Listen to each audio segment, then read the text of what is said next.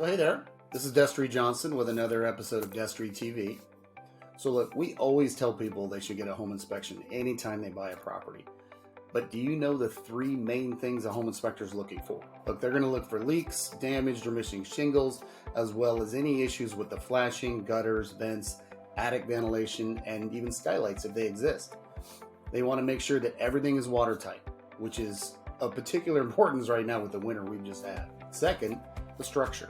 The foundation of the home should be solid and able to withstand the test of time. An inspector is going to look for cracks in the foundation or any water damage to either the siding or the support structure. The third system is the HVAC, plumbing, and electrical systems. They all need to be thoroughly inspected to make sure everything is in working order and there are no safety issues.